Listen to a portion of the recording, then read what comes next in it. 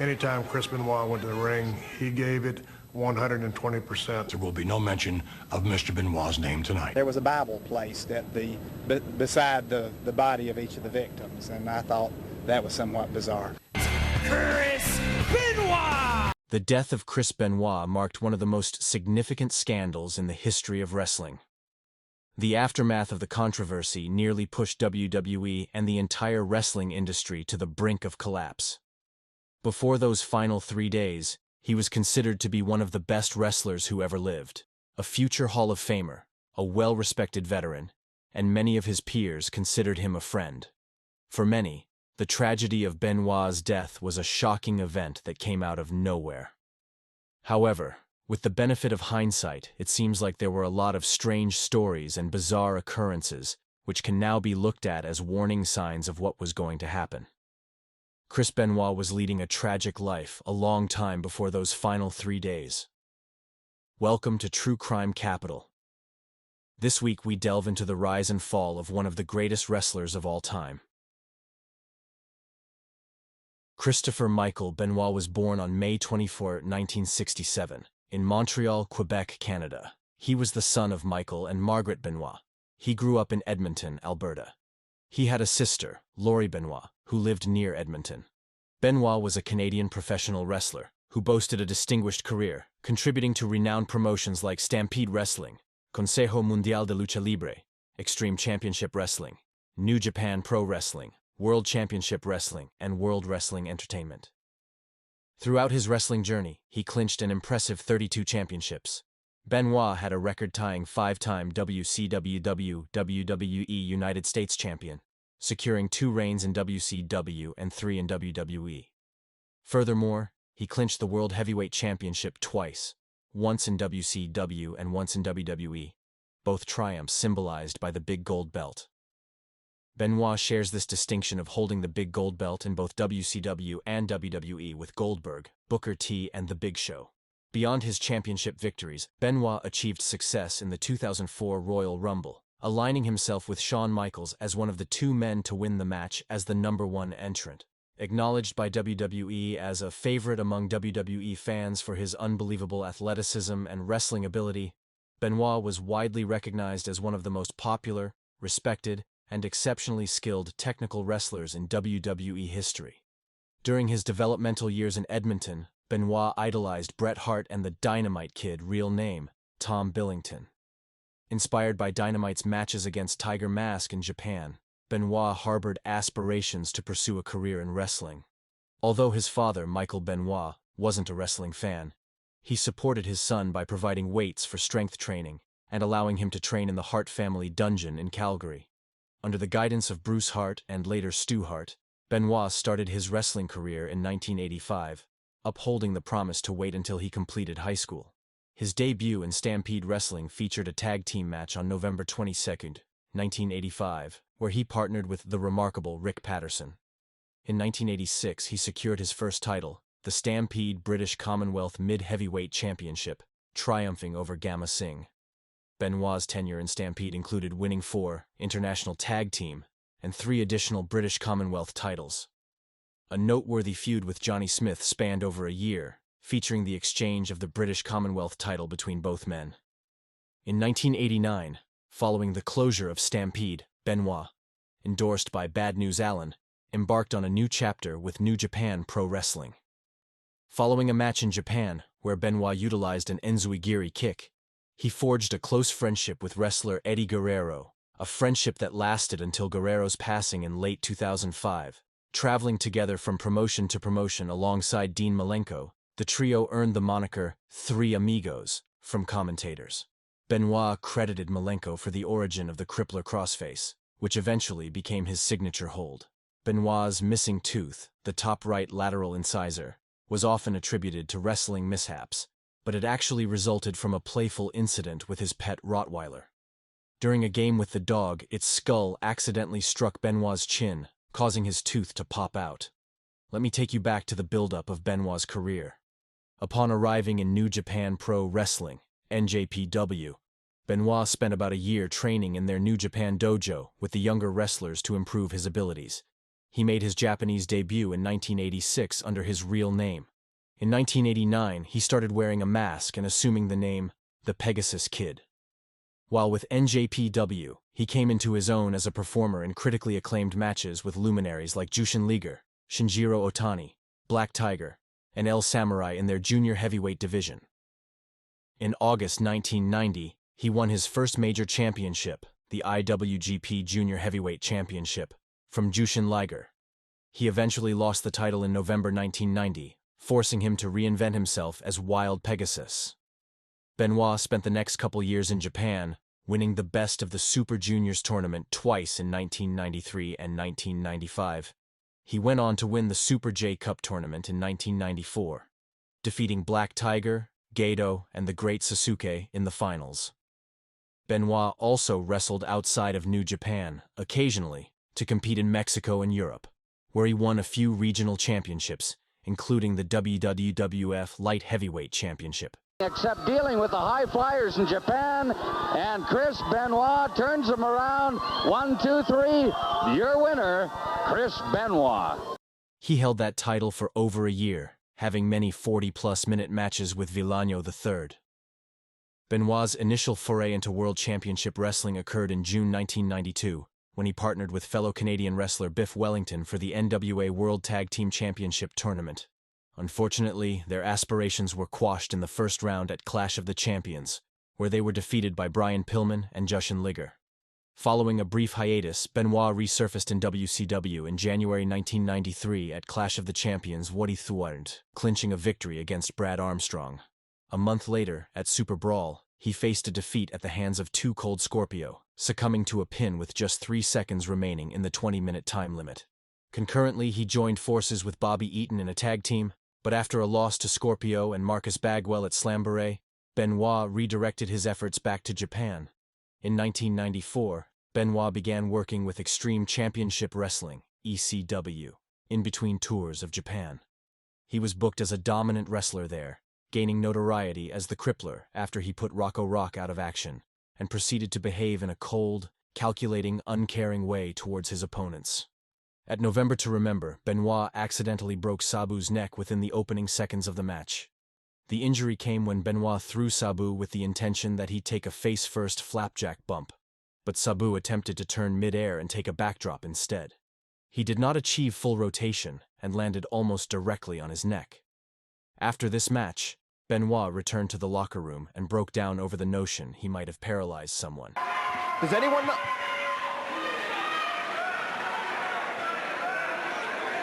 Sabu is down, and he's hurt. Demanding that he go to see Sabu to make sure he was all right. Paul Heyman, ECW's head booker, proposed the continuation of the Crippler persona for Benoit, which endured until his departure from ECW. Upon returning to WCW in October 1995, his ring name was adjusted to the Canadian Crippler Chris Benoit. In February 1995, Benoit and Dean Malenko secured the ECW World Tag Team Championship from Sabu and the Tasmaniac, marking Benoit's first American title. Their triumph led to initiation into the Triple Threat stable, orchestrated by ECW World Heavyweight Champion Shane Douglas. Acting as Douglas's endeavor to recreate the Four Horsemen, the three-man faction simultaneously held all 3 ECW championships. Chris Benoit's tenure in WCW commenced in 1995 through a talent exchange with New Japan Pro Wrestling. Initially part of the Cruiserweight division, he briefly returned to Japan for the Super J Cup but swiftly caught the attention of UCW higher-ups. By 1996, he ascended to become a member of the reformed Four Horsemen alongside Ric Flair, Arn Anderson, and Brian Pillman. Benoit's involvement extended to the Alliance to End Hulkamania, leading to a feud with Kevin Sullivan. The conflict with Sullivan intensified, introducing a controversial storyline portraying Benoit as having an affair with Sullivan's real-life wife and on-screen valet, Nancy. This scripted narrative transcended fiction as Benoit and Nancy developed a real-life relationship. The culmination occurred at Bash at the Beach in 1996, where Benoit triumphed over Sullivan in a retirement match. Benoit had 2 marriages. His first wife, Martina, bore him 2 children, David and Megan. However, by 1997, their marriage had unraveled. In the same year, Benoit began dating Nancy Toffoloni, known in WCW as Woman. How Chris and Nancy got together is perhaps a story that could only happen in the wrestling business, as Toffoloni, married to WCW creative head Kevin Sullivan, became involved in an on-screen relationship with Benoit, a storyline Sullivan himself had booked. To everyone's surprise, this storyline turned into reality, and Toffoloni and Benoit started dating off-screen. Wrestling lore has it that Sullivan orchestrated his own divorce through the storyline. Living with Nancy Sullivan, the wife of WCW booker Kevin Sullivan, Benoit and Nancy welcomed their son, Daniel, on February 25, 2000. Eventually, Kevin and Nancy divorced, and she quickly married Benoit on November 23, 2000, marking Nancy's third marriage and second for Benoit. In 2003, Nancy filed for divorce from Benoit, citing the marriage as irrevocably broken and alleging cruel treatment, including furniture destruction. Despite initially filing a restraining order, she later dropped both the suit and the order against her husband. In 1998, Benoit engaged in a memorable feud with Booker T over the WCW World Television Championship, featuring a best-of-7 series that Booker ultimately won, securing the title. In 1999, teaming with Dean Malenko, Benoit clinched the WCW World Tag Team Championship, sparking a brief reformation of the Four Horsemen.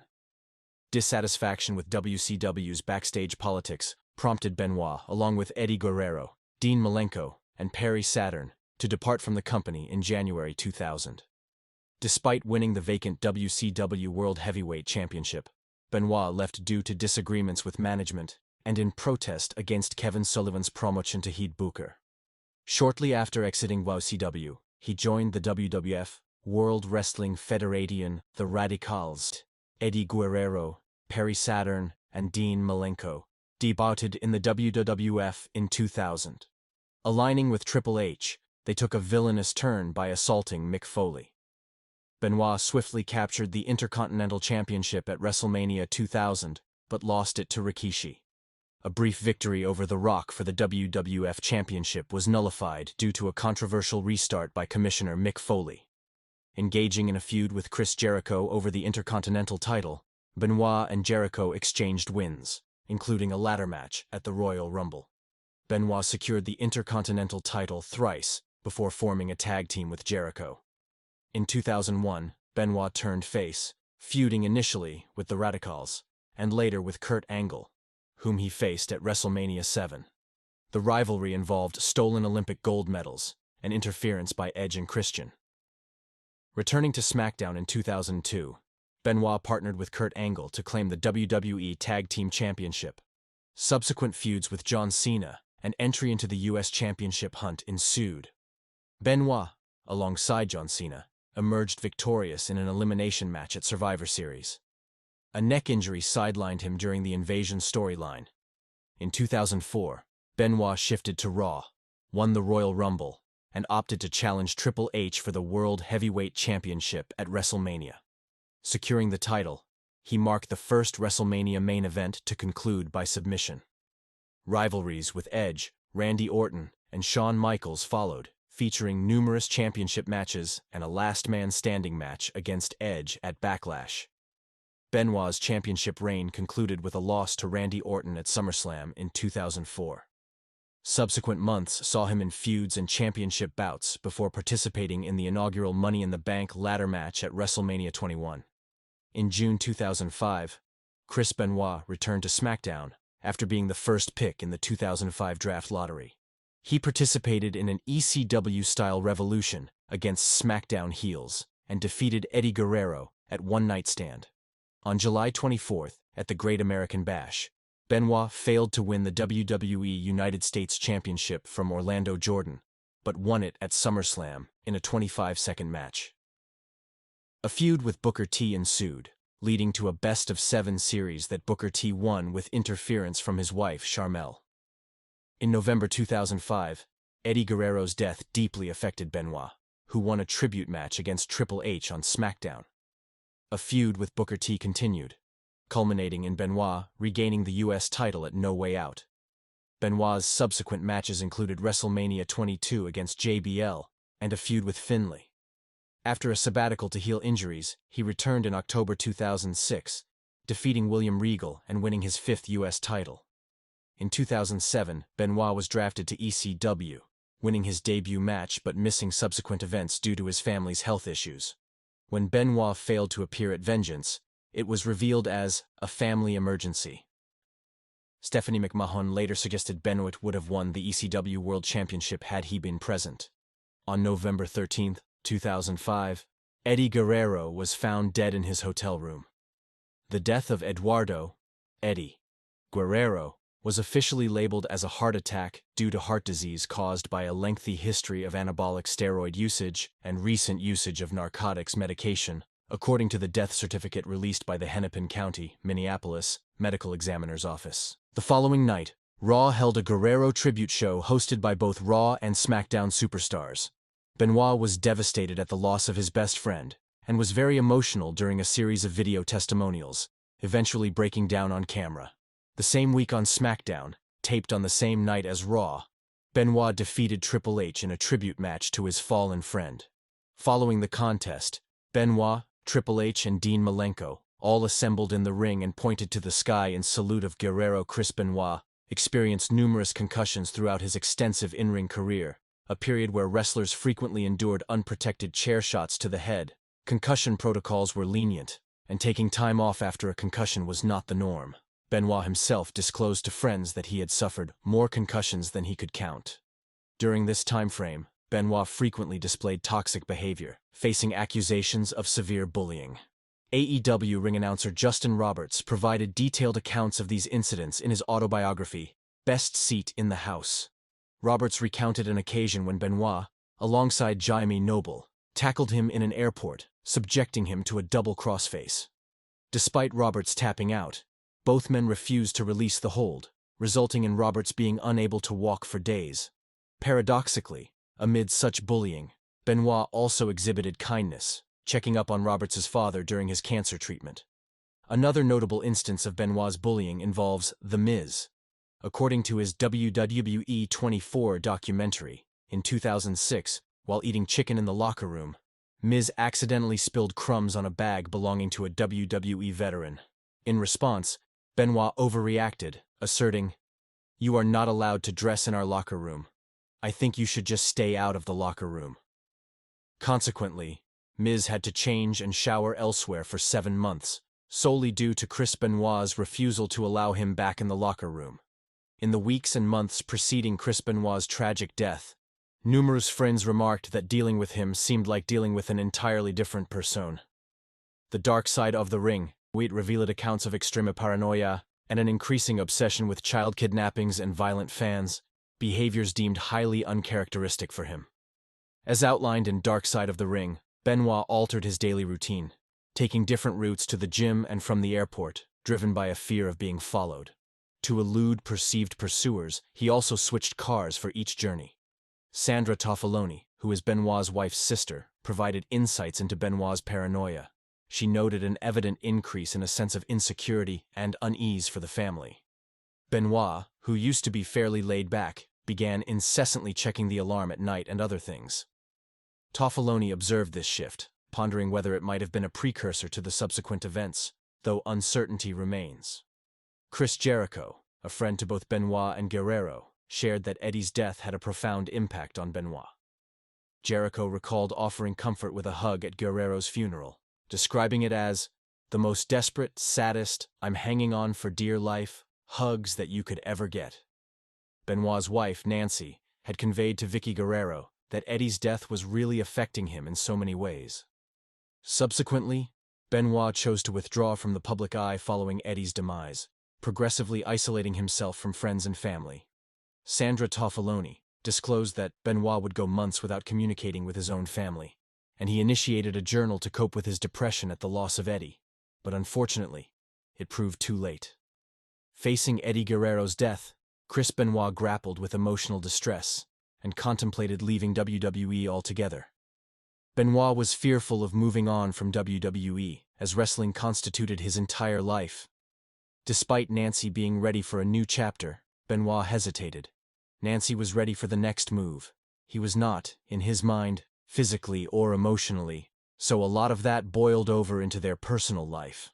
Eventually, Guided by Nancy, Chris began exploring alternative career paths outside of WWE and later settled on the concept of establishing a wrestling school in Atlanta. The envisioned academy, named Benoit Academy, saw Chris and Nancy actively developing business ideas and creating merchandise. Despite Eddie's passing, Chris remained deeply entrenched in WWE, foregoing any time off and continuing to participate in significant storylines and angles, even being scheduled for an ECW World Championship match on the day of his tragic demise. Retirement appeared to be a distant consideration. Nancy Benoit initiated divorce proceedings in May 2003, citing alleged domestic abuse by Chris. However, she withdrew the divorce filing in August 2003. In February 2008, the Atlanta Journal-Constitution, AJC, reported that Nancy might have suspected her husband of having an affair with a female WWE wrestler, and they may have also argued over a life insurance policy. The AJC attributed this information to a recently released report from the Fayette County Sheriff's Office. Around 3:30 p.m. on Saturday, June 23, 2007, Chavo Guerrero, a fellow wrestler and close friend, received a voicemail from Benoit's phone. The message stated that both Nancy and Daniel had food poisoning, and Benoit would be late for the evening's house show in Beaumont, Texas. Concerned about Benoit's tone and demeanor, Guerrero called him back, confirming the details in the voicemail. Benoit, sounding tired and groggy, affirmed the information. Guerrero, sensing something amiss, called Benoit back 12 minutes later, but Benoit did not answer. Guerrero left a message, expressing concern and urging Benoit to return the call. At 3:44 p.m., Benoit returned Guerrero's call, explaining that he had not answered earlier because he was on the phone with Delta Airlines, rearranging his flight. Benoit shared that he had a stressful day due to Nancy and Daniel suffering from food poisoning. Guerrero, supportive, offered assistance, saying, "All right, man, if you need to talk, I'm here for you." Benoit concluded the conversation by expressing love for Guerrero. Despite this interaction, Benoit failed to appear at the Beaumont house show. He left a voicemail on Chavo Guerrero's cell phone, informing him that he would be on a flight arriving in Houston at 8 a.m. the following Sunday morning. However, Benoit did not show up at the Houston airport for the 8 a.m. flight. Little did anyone anticipate that this simple absence would evolve into one of the darkest days in wrestling history.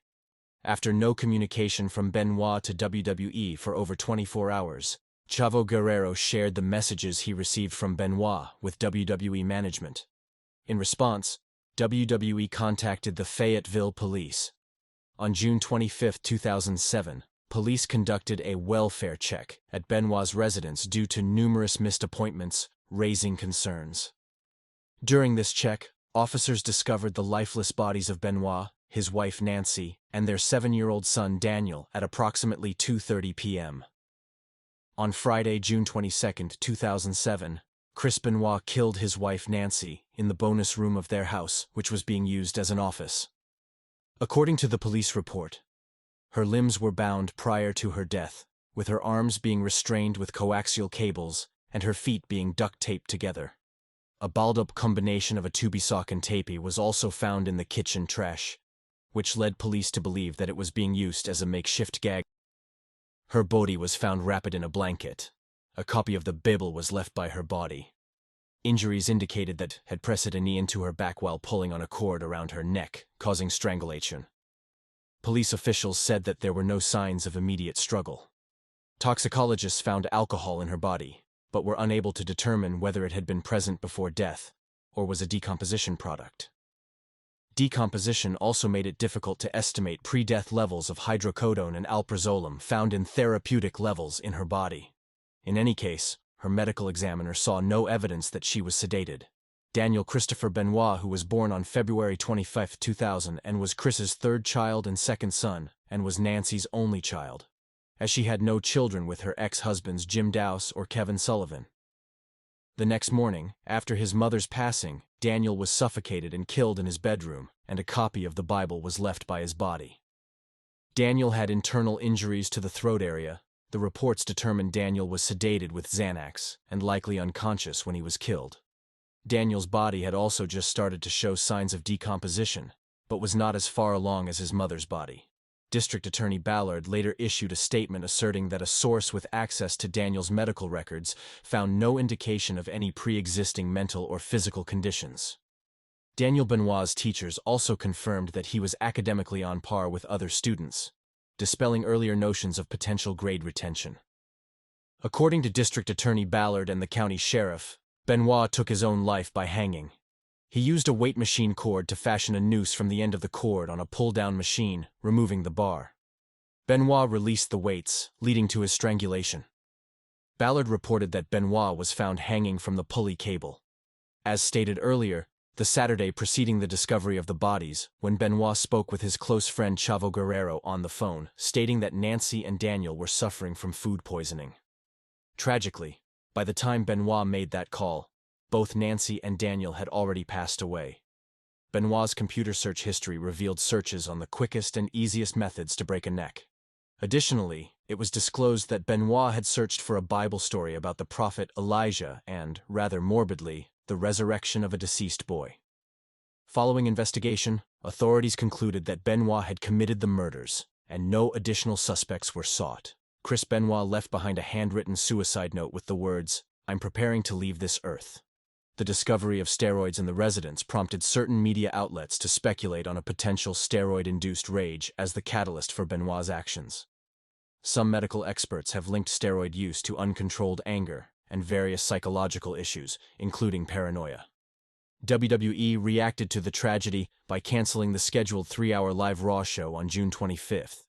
Instead, they aired a tribute to Benoit's life and career, showcasing past matches, segments from the Hard Knocks, the Chris Benoit Story DVD, and comments from fellow wrestlers and announcers. However, as details of the murder-suicide emerged, WWE swiftly distanced itself from the wrestler by removing merchandise and ceasing to mention him. Toxicology reports released on July 17, 2007, revealed that at the time of their deaths, Nancy had 3 different drugs in her system: Xanax, hydrocodone, and hydromorphone, all within therapeutic levels. Daniel was found to have Xanax in his system, suggesting sedation before his murder. Benoit had Xanax, hydrocodone, and an elevated level of testosterone from a synthetic form of the hormone in his system. The chief medical examiner attributed the elevated testosterone to possible treatment for a deficiency resulting from previous steroid abuse. However, there was no indication that substances in Benoit's body contributed to the violent behavior leading to the murder-suicide, ruling out any roid rage. In February 2006, before the tragic events, Benoit had received illegal steroids, not compliant with WWE's talent wellness program, nandrolone and anastrozole. The investigation into steroid abuse also revealed that other wrestlers had received unauthorized steroids. Brian Alvarez of the Wrestling Observer, via LA Times, speculated that Benoit might have abused steroids for 2 decades. Following the double murder-suicide, Christopher Nowinski contacted Michael Benoit, Chris Benoit's father, suggesting that years of trauma to his son's brain might have influenced his actions. Brain tests conducted by Julian Bales, the head of neurosurgery at West Virginia University, showed severe damage, resembling that of an 85-year-old Alzheimer's patient. Benoit had an advanced form of dementia, akin to retired NFL players who suffered multiple concussions, leading to depression or self-harm. Bales and his team concluded that repeated concussions could lead to dementia, contributing to severe behavioral problems. Chris Benoit's father proposed that brain damage might have been the primary cause of the crime. Subsequent investigations conducted by the Sports Legacy Institute, now known as the Concussion Legacy Foundation, suggested that both depression and chronic traumatic encephalopathy, CTE, a condition of brain damage resulting from numerous concussions sustained during Chris Benoit's professional wrestling career, likely played significant roles in the tragic events. Nancy Benoit expressed a low opinion of the WWE wellness program. In text discovered on Benoit's phone, she conveyed, "I will not accept this steroid-induced roller coaster ride of emotional abuse. Ignoring the problem or running away isn't going to help you face it. You need professional help, and only if you're fully honest about all of it. Get off the stuff. I'm probably not the only one who can see, and we both know the wellness program is a joke." In a legal case against Dr. Phil Aston, Benoit's personal physician, it was revealed that Aston's prescription for Benoit far exceeded the normal amount for a testosterone disorder, surpassing the standard dose. The revelation of Benoit's steroid abuse led many, particularly the mainstream media, to attribute roid rage as the trigger for the family tragedy. However, Benoit's father, as stated earlier, believes another element of wrestling, namely head trauma, was responsible for his son's downfall. A memorial service for Nancy and Daniel were held in Daytona Beach, Florida, on July 14, 2007. Both were cremated, and their ashes were placed in starfish-shaped urns for Nancy's family. Chris Benoit was also cremated, following a private memorial service in Ardrossan, Alberta. Even main events from pay-per-views. In recent years, WWE has somewhat relaxed its policy, and matches involving him began to reappear on the WWE network not long after its launch. Although Benoit's matches resurfaced, his name remained absent from any event descriptions. Comment down below what you think of Chris Benoit's case. If you found this video insightful, please support the channel by liking and subscribing. Thank you for watching True Crime Capital. Stay safe out there.